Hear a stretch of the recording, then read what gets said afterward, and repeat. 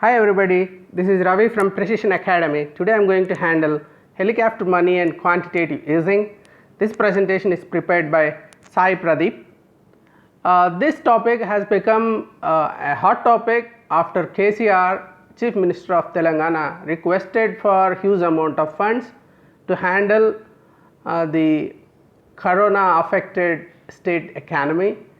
So let's see what kind of topic that we are going to discuss now. The question is, give a brief note on helicopter money and quantitative easing. Explain how quantitative easing is different from helicopter money as well as conventional monetary policy.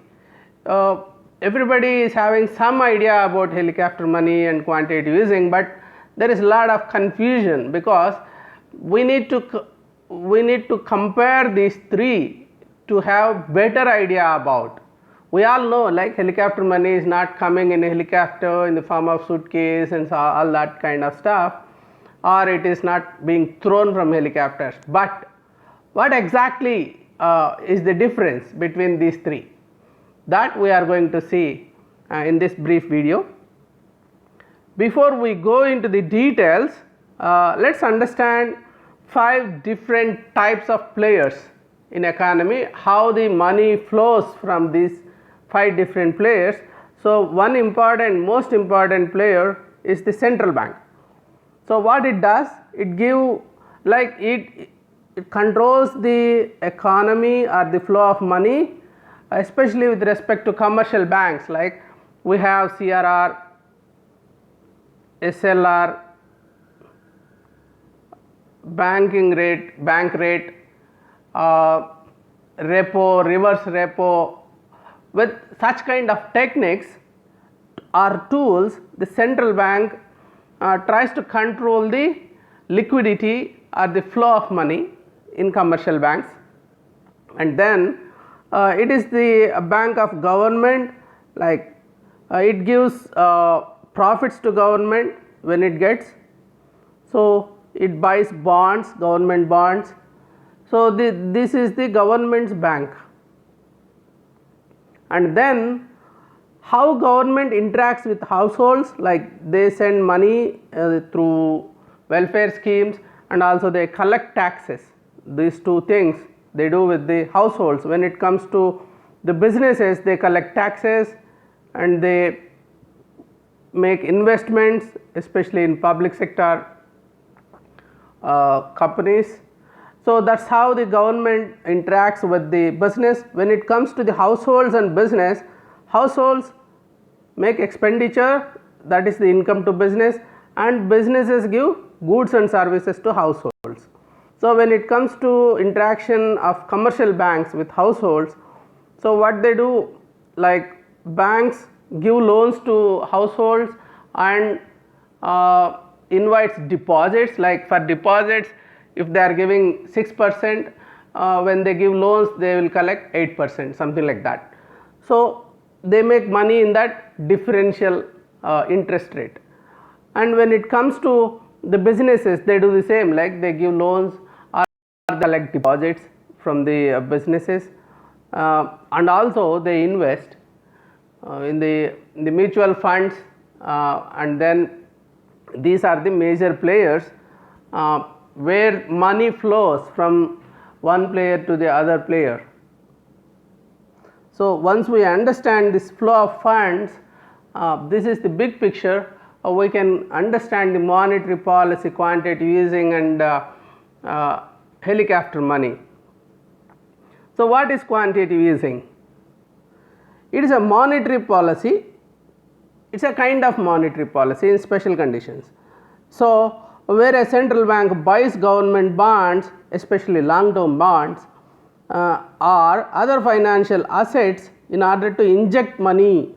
So they try to inject money into the economy and expand the economic activity. So now in a special situation like corona affected economy, so we need to pump some money and activate the economy because the demand side, there is no demand and income also is dwindling to the households. So it is usually It's used when inflation is low. So when demand is low, inflation goes low, and then standard expansionary monetary policy has become ineffective. So regular monetary policy, it's not regular anymore, it's everything is different now. So by buying bonds, central banks try to raise the prices of these financial assets and lower the yield. So they reduce the yield for that, and while simultaneously increases the money supply. This slide is bit difficult to understand. When we go to the next slide, you get better clarity. So before we go there, let's understand when it started in 1930s, in the times of Great Depression. So they wanted to have something different to handle the depression, Great Depression. The term quantitative easing was first used by the Bank of Japan, and they started using this concept in 2000. After 2008 crisis, many countries resorted to this policy, especially USA, UK and Japan. So how they implement this?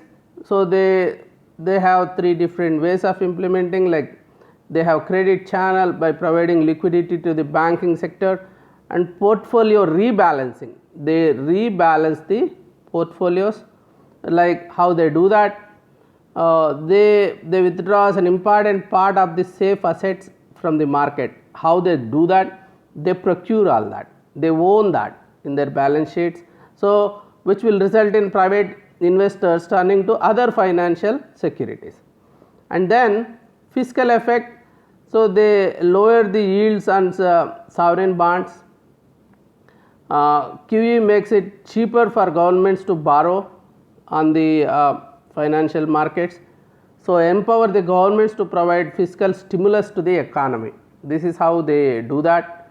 Now we see the table. This gives you better clarity how it is different from monetary policy when it comes to interest rates and the approach. The monetary policy focuses on short term interest rates, and quantitative easing focuses on long term and medium term interest rates. So short term interest rate manipulation because how they do that? They buy short term bonds. That's how in the monetary policy short term interest rates are influenced. This is all short term, this is long term. So when it comes to quantitative easing, it's all long term impact, here it is short term impact. So in long term impact, so they buy long term bonds. What happens because of that? It stimulates buying of assets like cars, houses, machinery. So people will start buying assets where the repayment will be over like 5 or 10 or 15 years. So that kind of investments will flow now, because this is the time we start investing in long term assets, because the RBI tries to reduce the long term interest rates. And then why we do this? The difference of the objectives is, in the monetary policy the focus is on controlling inflation. So we call it as inflation targeting. So we target, it should not be more than 4, 5 or 3%, because common people, especially the poor people, will get affected due to inflation. So here the quantitative easing, they try to kick start the negative growth when it goes to recession mode. So to kick start, we apply this quantitative easing. When it comes to currency value, the monetary policy does not really affect the currency value, but in quantitative easing there will be negative impact, currency value may go down. So what will be the impacts?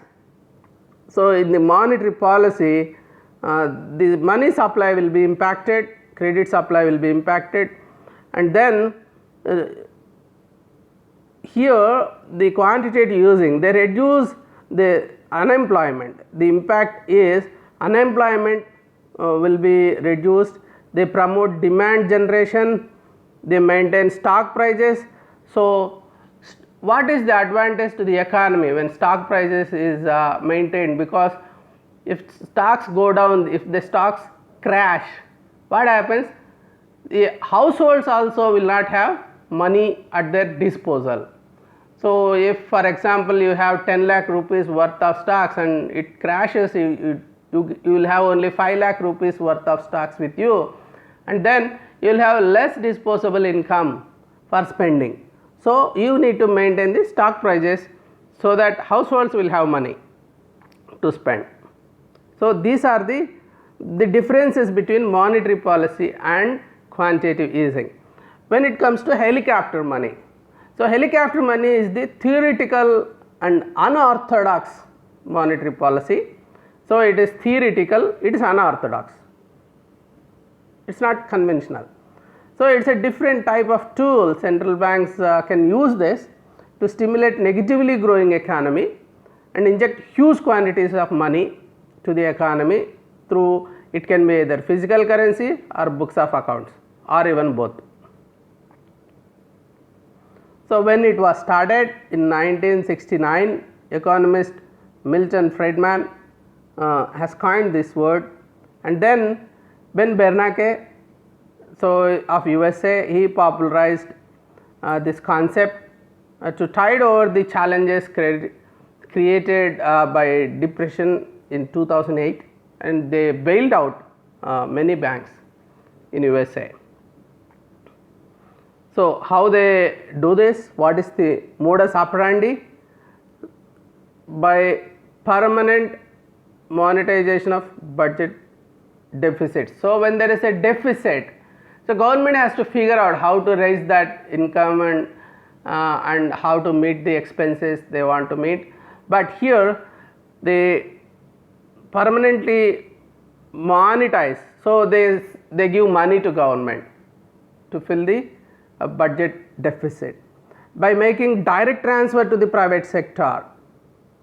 So, it's here it is they print currency and give to government. Here they try to private to the transfer to even private sector, let money goes into people somewhere or the other.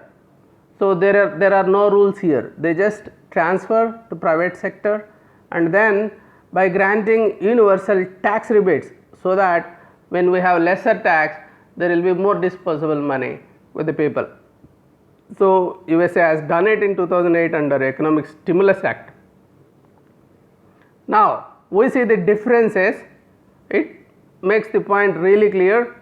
Here the accounting, this is really important, it is nothing to do with accounting, you have to understand this particular point to understand how helicopter money is different from quantitative easing. In helicopter money, there will be a single entry in the books of central bank, they give and forget, no corresponding asset entry for the created money.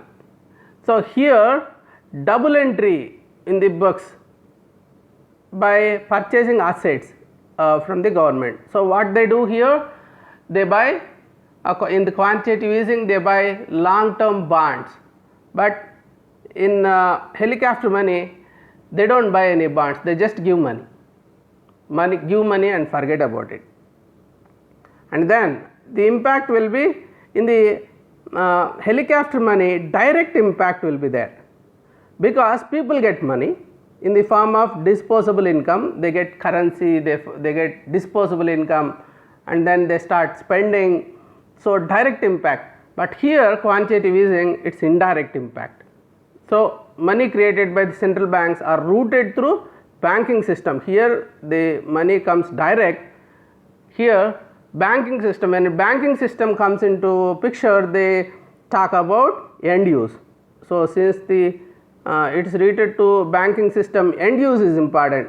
So, here there is no bar on end use, once you have money you spend it for marriages or you spend it for liquor, you spend for anything you feel like, or for the education or long term assets, do whatever, but here they restrict the end use in the quantitative easing. So, when it comes to repayment, government need not repay, this is the advantage, that is why the Telangana chief minister is interested in helicopter money because they don't need to repay, but in quantitative easing governments need to repay. When it comes to liquidity, say yes, in both the cases liquidity in the market will go up and then inflation will be increased, both the cases, because more money less goods, that means for the same goods and services more money is there. So, it is all about demand and supply. So, money value will come down, inflation will go up. So, possible major impact may not be there in quantitative easing when it comes to international like currency value, but here currency value will go down drastically and sometimes people may lack trust in the currency and they may shift to gold and dollars or some other way of keeping their money with them. So, these are the major differences. So, with this I conclude this session. You may talk to our people at 810101014050608485 if you have any doubts or you need any clarifications or for joining Precision Academy for mentorship or for test series. If you have not subscribed for Precision Academy YouTube channel, please do so now and click the bell symbol so that you get the notifications and go to precisionacademy.in website and register and get 5-star challenge and free tests. Thank you very much for joining. Bye bye.